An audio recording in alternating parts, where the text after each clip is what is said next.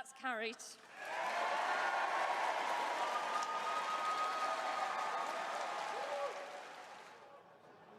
Yes, so that happened on conference floor yesterday, backing calls, Labour members for electoral reform. Laura Parker is here from Labour for a New Democracy. You've been campaigning for this change. Explain what it means. It means that we're going to have a fair election system. We're going to get Labour into government, which the country desperately, desperately needs. And when we get Labour into government, we want them to introduce a proportional system. Very simply put, it just means that everybody's vote counts, no matter where they live. It means that Parliament reflects accurately the votes of the people. And that's really it. And elsewhere around the world, they just call this a fair voting system. Now, Laura, as you know, it doesn't mean it's adopted, of course, by the Shadow Cabinet or by Keir Starmer. Are you going to look at this and support it? No, we'll obviously have to discuss it and respond to it. I mean, I think it's, first of all, I pay tribute to Laura and campaigners. I mean, people have got to remember the Labour Party is a bigger political party than all the rest of the political parties in the UK put together. And they come from all parts of the UK and they want to see the chance for Labour representation. The speech will be extremely busy. If you are a delegate or have a ticket, please ensure to arrive early. I'm obviously not going to do anything. Well, we are The main hall for leader speech will be extremely busy. If you are a delegate or have a ticket, please ensure to arrive early. Well, I think that's finished. Public service broadcasting at its best. Information being broadcast live across the conference about that speech. You were interrupted just there, sorry. Yes, I was saying we'll pay tribute to campaigners, small parts of the country who have brought that motion. It's a start of a conversation. We've got to respond to that. I think it is important to say that no one making these arguments is saying that Labour can't win under the existing system. We feel confident of that. But people, you know, it's legitimate for people to want to talk about how our democracy can be improved. I think that's absolutely fair. You can't separate out the health of a democracy from the economy, public services. It's all part of that conversation. And of course, for members in Scotland and Wales, they already have this. That's already how they elect their parliaments. Are you confident they're really going to discuss it? They might discuss it, the Shadow Cabinet, and then reject it. You know what happened in the past historically. You know, Tony Blair was in conversation and talks, of course, with Paddy Ashdown at the time about it. Then the landslide came and it was shelved. No, I am confident they are, because I think that, you know, everyone has seen the strength of feeling in the party. We didn't sort of squeak through, you know. We've got well over half of all Labour Party branches support this policy. The big trade unions have come out backing it, and you know, and I completely agree with what Johnny's just said about the country. You know, that Labour's got such a big fix-it job to do now. The Tories are wrecking the economy. We've got to look at democratic reform as part of that. No, I am really confident we'll have a conversation. I think a conversation is one thing, but actually adopting it. And you said in 2015 that first past the post wasn't fit for purpose.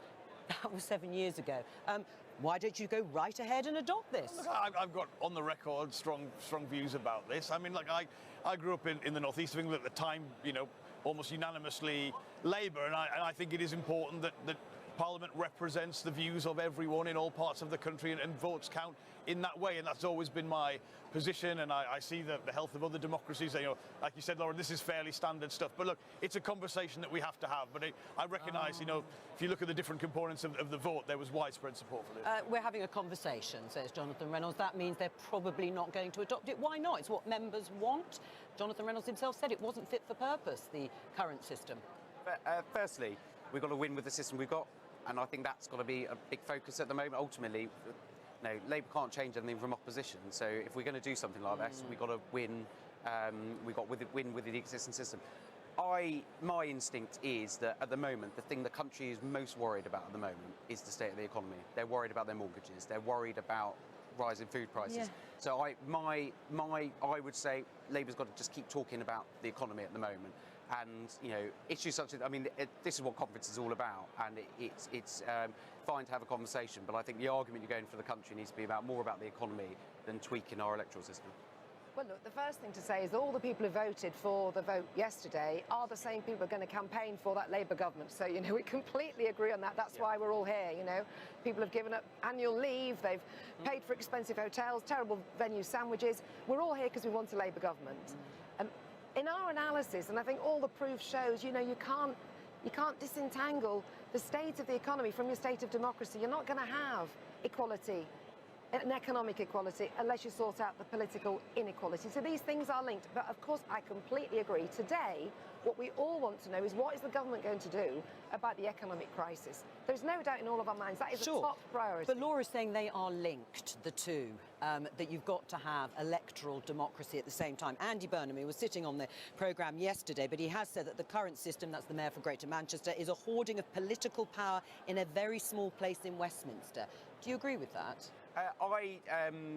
I'm not a massive fan of first past the post because I don't think it's a fair voting system. I'm not a massive fan, but what I want Labour to be talking about is the number one issue at the moment. So you think it's a distraction? I worry, and I don't mean because I think it's it's a good campaign, and as I said, I've got nerves. I don't particularly like our current voting system. But I fear when these kind of things happen, it becomes a distraction. It looks like Labour's not talking about the number one issue, which is the economy. Priority for Sun readers? Absolutely not. I don't think I've ever got an email, never a letter about this. Stop navel. This happens at Labour Party conference sometimes. Bit of navel gazing. Gift to your opposition, really. Gift to the Tories if you're talking about PR. I don't think it's navel gazing to talk about the state of our democracy. And I think we can see the attack that the Conservatives have made, cheered on by some in the press, I would say. I also think this is a massive party. Hundreds of thousands of members. We are capable of talking about more than one thing at once. And it is absolutely true that today what we want to know, and maybe even answer, is what is the government going to do about the economic crisis? But once we're in government and we're sorting that out, I think we're going to look at our politics, because our politics are broken. They're producing the chaos that we're seeing now. What do you think, Laura? You remember that when Keir Starmer was elected in 2020, he said, I asked at the beginning of the programme, that the 2017 Jeremy Corbyn manifesto was his foundational document.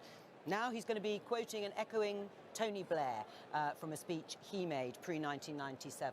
What do you make of that from Keir Starmer? Should he be leaning into Tony Blair or remembering what he based his leadership campaign on, Jeremy Corbyn's manifesto?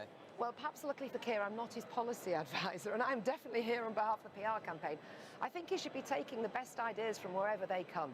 And the thing that we are all absolutely clear is that none of the best ideas include tax cuts for the rich, bonuses for the bankers, whilst people are getting bills through their doors now, as we speak, that they cannot pay. And there is no doubt in my mind that we're going to hear today a brilliant speech from Keir, where we will take the Tories head on about their economic policy, which is failing millions of people around the country.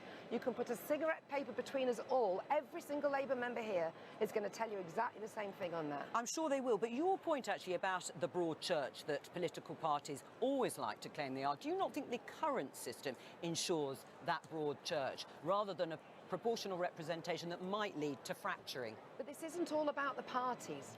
We're talking about the voting system because we want to talk about the people. There are millions of people out there who know their votes don't count. Why? Because they live in places where no one ever knocks on their door. My mum and dad were in a big city for many years. No one knocked on the door. They moved to a small town. They're deluged with leaflets. Suddenly they count. That cannot be right. But that's all we're saying. It's not complicated. It's not complicated, it's very simple. That's all for today. Thank you to all of my guests. It's getting